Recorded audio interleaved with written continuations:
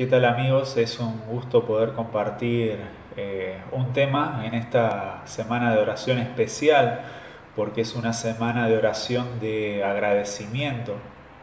En esta oportunidad eh, vamos a pensar o a dar gracias a Dios por nuestra historia, porque en nuestra historia como iglesia hay un montón de cosas las cuales nosotros podemos aprender.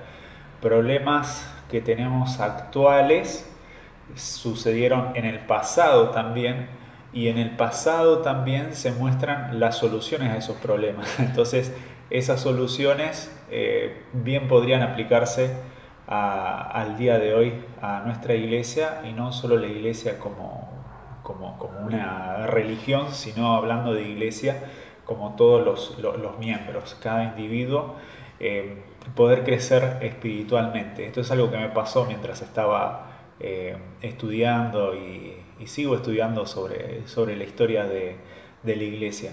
Miren, vamos a leer este versículo que se encuentra en Romanos 15:4.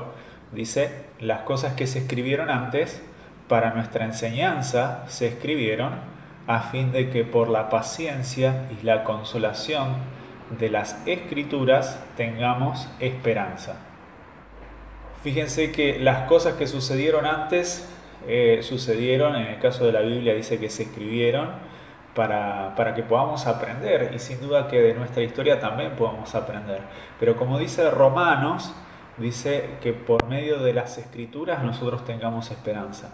Y algo que nosotros vemos a lo largo de toda la historia adventista es que se ensalza a la figura de Jesús y se ensalza la Biblia por sobre todas las cosas. El tema este comienza para fines del siglo XVIII, principio del siglo XIX. Yo voy a comentar algunas fechas como para que queden registradas. A algunos no les gusta la fecha, yo las voy a comentar y las voy a leer porque no me las acuerdo a todas, pero las dejo para que sirva de material de estudio el que le interese poder googlear o investigar un poquito más. Hablamos de siglo XVIII, 1700, siglo XIX, 1800. Para fines del siglo XVIII, principio del XIX, empiezan a suceder en el mundo algunos eventos que llaman la atención de las personas que empiezan a estudiar las profecías bíblicas. Por ejemplo, recordamos que en 1755 sucede el terremoto de Lisboa en Portugal. Este terremoto sacude Europa, Asia, el norte de África y llega hasta América.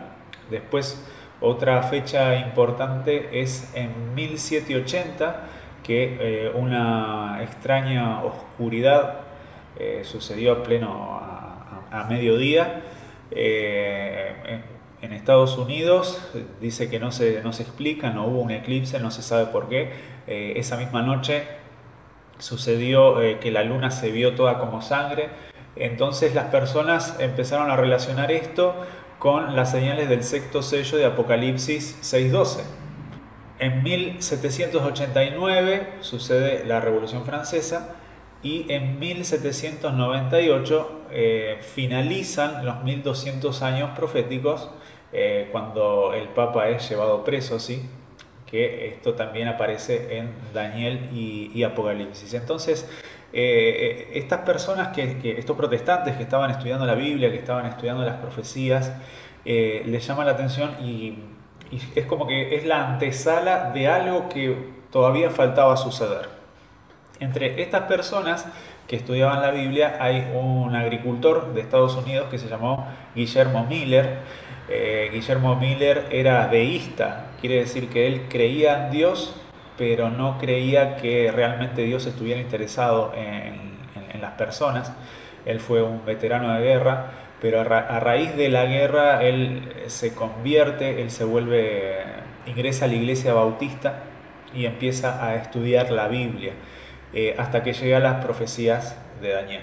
Puntualmente en Daniel 7, él descubre la profecía de los 2300 años, los 2300 días, y en 1818, ahí tengo el machete, En 1818 él descubre, vamos a decir, que esos 2300 años finalizan en 1843. Después hay un ajuste de cálculos y termina en 1844, pero como el versículo de Daniel 7 dice que el santuario iba a ser purificado, eh, Miller entendió que este santuario se refería a la tierra. Entonces, si la tierra va a ser purificada, estamos hablando de la segunda venida de Jesús. Para el momento que empieza a predicar Miller, fue muy impactante porque los protestantes de ese momento y muchos de hoy en día también, ellos eran postmilenaristas. ¿Qué quiere decir eso? Que ellos creían que Jesús iba a volver, pero después de un milenio, de 1000 años de paz, ¿sí? O sea, postmilenaristas después del milenio. Y lo que Miller proponía era un premilenarismo, o sea, antes del milenio. Primero viene Jesús y después pasan 1000 años y después es la destrucción final. Entre estos grupos, bueno, estaban los bautistas, los metodistas, los presbiterianos, los anabaptistas, entre otros. Ellos creían esto, que Jesús viene después del milenio, entonces no se preocupaban mucho porque decían, bueno, van a venir 1000 años de paz y después viene Jesús. Mientras los estudiantes de Miller, los milleritas, aprendían más sobre las profecías, acontece otro evento en Boston en el año 1833. Este evento fue que un cometa que pasó muy cerca de la Tierra, la gravedad de la Tierra atrajo la cola de este cometa y se vio durante casi 2 días el cielo como que caían estrellas fugaces. Entonces dijeron, esta es la otra señal de Apocalipsis del sexto sello, que caen las estrellas. Así que como que este evento confirmaba más lo que se estaba predicando sobre la segunda venida de Jesús. Pocos años después se suma a la predicación de Miller Joshua Himes, quizás lo hemos oído nombrar. Ellos dos recorren casi todo Estados Unidos predicando sobre el segundo advenimiento de Jesús. Se suman otros personajes, también como Iran Edson, Crozier, Samuel Snow, José Bates. Samuel Snow fue el que después iba a proponer la fecha del 22 de octubre de 1844.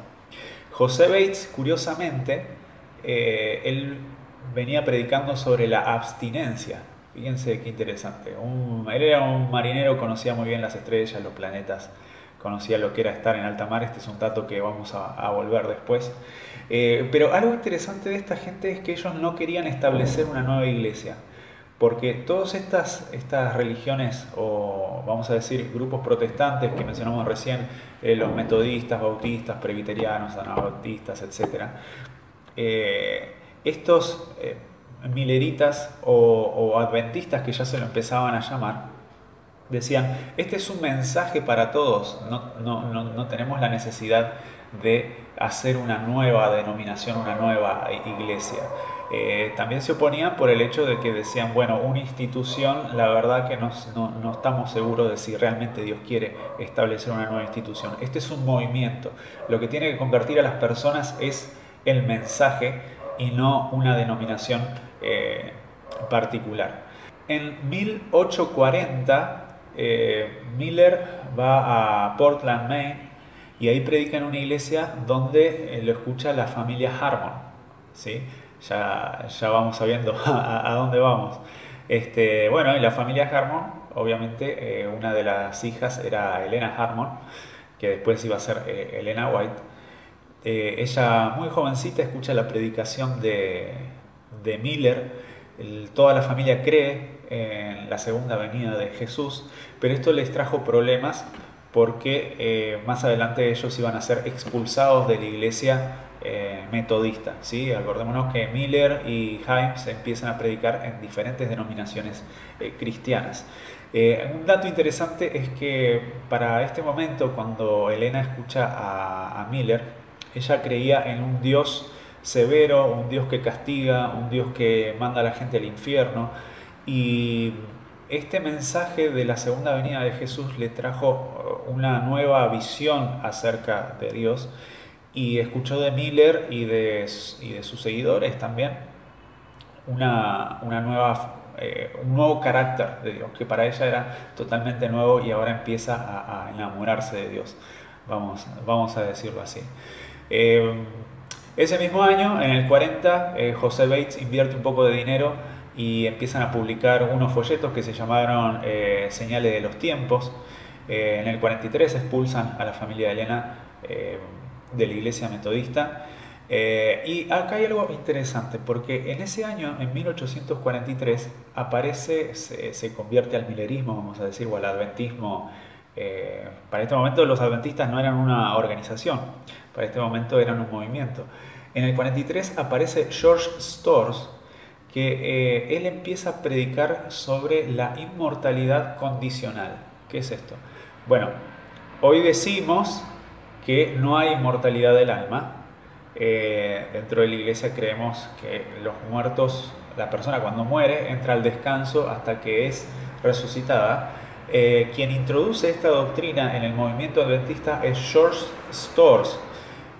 Algunos de los mileritas creyeron, otros no. Posteriormente, cuando se forma la iglesia adventista, se acepta esta doctrina bíblica también, y es interesante que en el 1843, esta persona empieza a hablar sobre el estado de los muertos.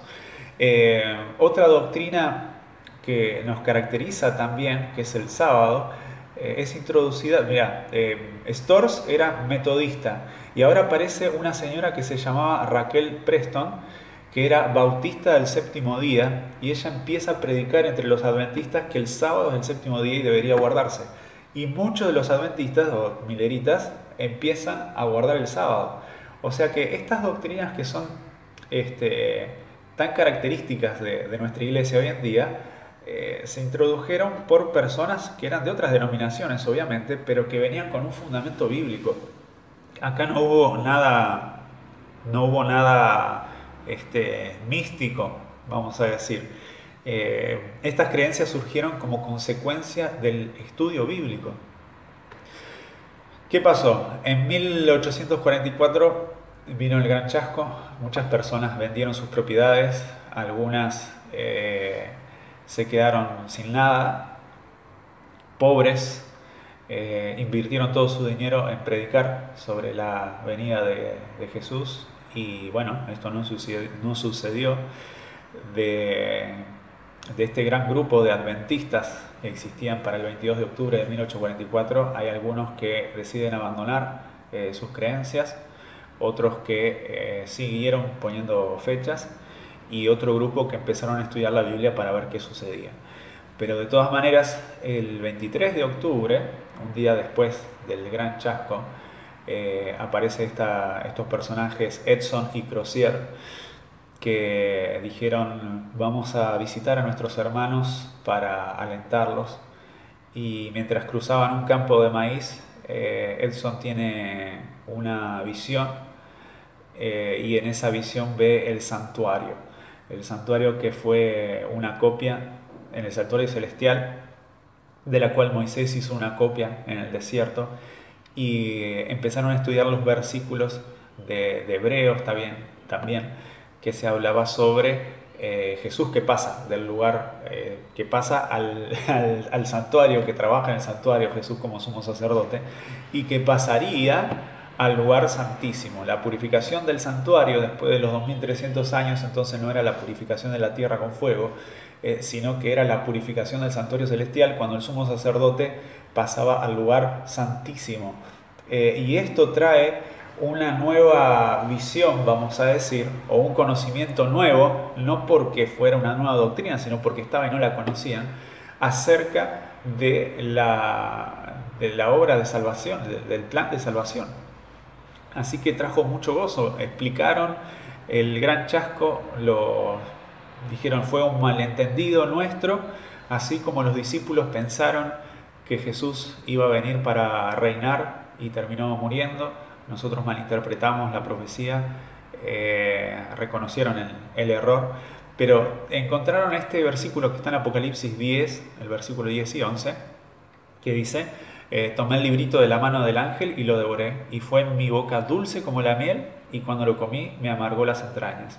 Y me dijo, debes profetizar otra vez acerca de muchos pueblos, naciones, lenguas y reyes. Ellos entendieron que la esperanza o el mensaje de la segunda venida era dulce, pero el gran chasco resultó ser de amargura. Entonces siguieron haciendo lo que decía el versículo 11, debes profetizar otra vez acerca de muchos pueblos, naciones, lenguas y reyes.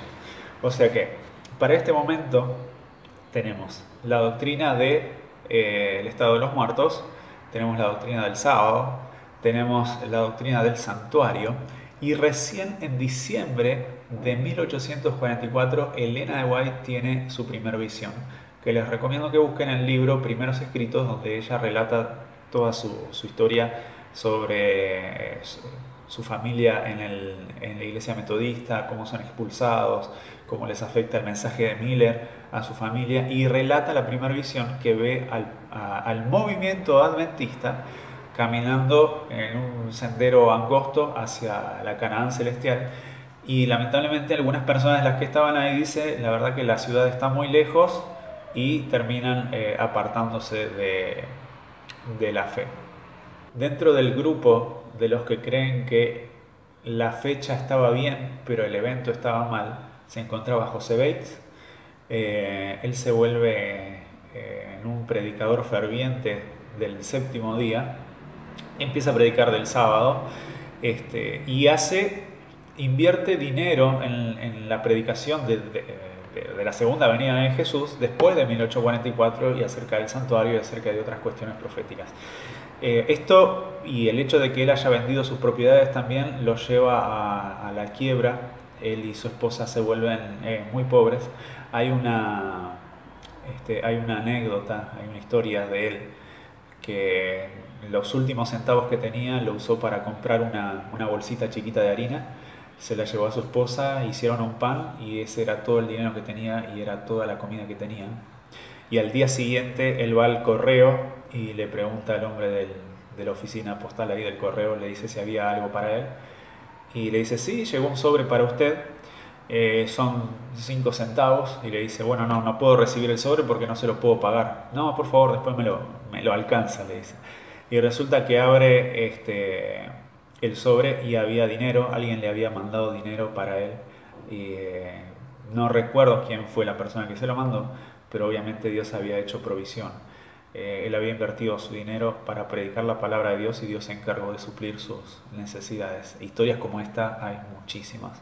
Así como Bates, muchos pioneros se quedaron sin dinero, empleaban todos sus recursos para la predicación del Evangelio. Con José Bates pasó algo interesante, y es que él no creía en las visiones de Elena de White hasta que ella tuvo una visión en presencia de él, en la cual describía los planetas, las estrellas y temas muy conocidos para Bates porque él era marinero, y comentaba que lo que a él le había tomado meses aprender, esta jovencita de 18 y 19 años se lo había explicado en unos pocos minutos. Así que a partir de ahí él empezó a apoyar también la obra de los White, porque ya eran Elena y Jaime White. Algo interesante con respecto a Elena de White, y que algo mencionamos hace un rato, es que las doctrinas características de la iglesia no están basadas en Elena de White, sino que están basadas en la Biblia. Cuando este grupo de adventistas se reunían y estudiaban sobre un tema, la respuesta la obtenían de la Biblia. Más adelante Elena de White tenía visiones que confirmaban las conclusiones que ellos tenían. De esta manera, sus escritos nos llevan a conocer y a profundizar más sobre la Biblia. Ese es el rol que ella tiene. Así como el profeta Natán le daba mensajes de amonestación y consejos al rey David, así Elena de White lo hace con la iglesia, lo hizo con la iglesia en ese momento, y sus escritos lo siguen haciendo hasta el día de hoy. Pero de ninguna manera nuestras doctrinas están basadas en sus escritos. Sus escritos confirman los estudios bíblico. Bueno, en 1849 aparece La Verdad Presente, The Present Truth. Resulta que ellos estaban en Michigan y querían tener una casa publicadora y no pagarle a otro para que haga las publicaciones. Y el estado de Michigan le dice, bueno, pero para que ustedes puedan hacer esta casa publicadora tienen que registrarse como una sociedad, como una asociación. Se acuerdan que ellos no querían organizarse. Dicen, bueno, vamos a ponerle un nombre. Para poder avanzar en la obra necesitamos organizarnos y necesitamos poner un nombre. Y alguien sugiere ahí que el nombre de esta asociación tenga los dos pilares de la fe, que era la segunda venida de Cristo y el sábado. Así que de ahí nace el nombre de Adventistas del Séptimo Día, ¿verdad? Bueno, unos datos más para ir concluyendo. En 1860 muere el hijo de Elena de White, el bebé, tenía 3 meses de edad. Fallece y ella tiene una visión ya avisando que el año siguiente, en 1861, ocurriría una gran guerra, que fue la que se conoce como la Guerra de Secesión en Estados Unidos. En 1863 muere su hijo mayor, Henry White. Así que esto sumado a la falta de recursos, sumado a su condición física también, ¿se acuerdan del accidente que ella tuvo? Sumado a que tenía un mensaje para dar y muchos la rechazaban, incluso hasta el día de hoy se la rechaza a Elena de White o no se la tiene muy en cuenta, pero eso podemos hablar en otro video. Así que no fue fácil para los pioneros de la iglesia, no fue fácil para los profetas del Antiguo Testamento, no fue fácil para los primeros cristianos, para los reformadores. Así que la vida del cristiano no es algo sencillo, pero tiene una bendición grande que es la seguridad de estar tomado de la mano del Señor. Cuando estas doctrinas basadas en la Biblia ya formaban parte de esta comunidad, de esta asociación adventista, ahora Elena de White empieza a recibir mensajes concretos. Yo los voy a mencionar simplemente. En 1863, el año que muere su hijo mayor, ella recibe una visión sobre la reforma pro salud, donde menciona que cuidar la salud también es un deber espiritual. En 1867 recibe consejos sobre la vestimenta, una reforma de la vestimenta. En 1872 la reforma educativa. En 1874 el pastor Andrews se lo considera el primer misionero en tierras extranjeras, se lo envía a Suiza para predicar. En 1882 aparecen los consejos sobre la salida al campo y los puestos de avanzada. Y en el Congreso de Asociación General de 1888 se habla sobre la justificación por la fe, el pastor Waggoner y el pastor Jones, otro de los pilares de nuestra fe, porque una cosa es la salvación por la fe y otra cosa es la justificación por la fe, que tiene que ver con la santificación, ¿sí? Vamos a estar subiendo un video sobre 1888 y la segunda venida. Y si quieren también busquen a Robert Whelan en YouTube, él habla también de lo que pasó en 1888 y cómo repercute eso hasta el día de hoy. El pastor Westphal en 1894, él llega a las costas de acá del río Paraná, en Diamante, Entre Ríos. Es el primer misionero en Sudamérica, llega acá cerquita. Así que eso fue en 1894, todavía estaba viva Elena de White, ella murió en 1915. Y bueno, hay otra visión que ella tiene en 1897, la reforma industrial. ¿Qué es la reforma industrial? Bueno, busquen el libro La Educación Cristiana, el capítulo 42, y ahí explica qué es eso. Un comentario sobre el don de profecía, porque algunos dicen: no puedo creer en Elena de White porque ella no escribió la Biblia y se cerró el canon y ya está. Bueno, hay un montón de profetas que no escribieron la Biblia, Acá les pongo los versículos para que lo investiguen. Por ejemplo, las hijas de Felipe, Ágabo, Hulda, sin ir más lejos, Juan el Bautista, no escribieron la Biblia y fueron profetas de Dios, tenían un mensaje de Dios específico para el pueblo. Yo les decía recién que el rey David tenía el profeta Natán, pero David no predicaba de Natán, David predicaba de Dios. Nosotros no predicamos de Elena de White, nosotros predicamos de la Biblia. Elena de White, los mensajes de ella son una ayuda para poder comprender más el mensaje bíblico. Y sin ir más lejos, miren, si ustedes se fijan en internet, todo ataque que hay para la iglesia, a la iglesia adventista, mejor dicho, cuando quieren atacar a la iglesia adventista, no la atacan con la Biblia, no la atacan con las doctrinas bíblicas, sino que atacan a Elena de White. Eso es algo interesante. Quiero terminar con unas citas de ella y para reflexionar. Dice en Palabras de Vida del Gran Maestro, página 98. En cada época hay un nuevo desarrollo de la verdad, un mensaje de Dios al pueblo de esa generación. Las viejas verdades son todas esenciales. La nueva verdad no es independiente de la vieja, sino un desarrollo de ella. Es únicamente comprendiendo las viejas verdades como podemos entender las nuevas. Cuando Cristo deseó revelar a sus discípulos la verdad de su resurrección, comenzó desde Moisés y de todos los profetas y declarábales en todas las escrituras lo que de él decían. Pero es la luz que brilla en el nuevo desarrollo de la verdad la que glorifica lo viejo. Aquel que rechaza o descuida lo nuevo no posee realmente lo viejo. Para él la verdad pierde su poder vital y llega a ser solamente una forma muerta. ¿Por qué les comento esto? Porque a través de nuestra historia hemos descubierto doctrinas que siempre estuvieron allí, pero cuando fueron estudiando la Biblia aparecían como una luz nueva. Esta luz nueva no contradecía a la anterior, sino que justamente era una luz que iba creciendo. Era nueva para ellos, pero ya estaba escrita hace mucho tiempo antes. Otra cita. El mensaje que Dios me ha entregado para llevar ha sido en línea recta, de luz en luz, hacia arriba y hacia adelante, de una verdad a otra verdad más avanzada.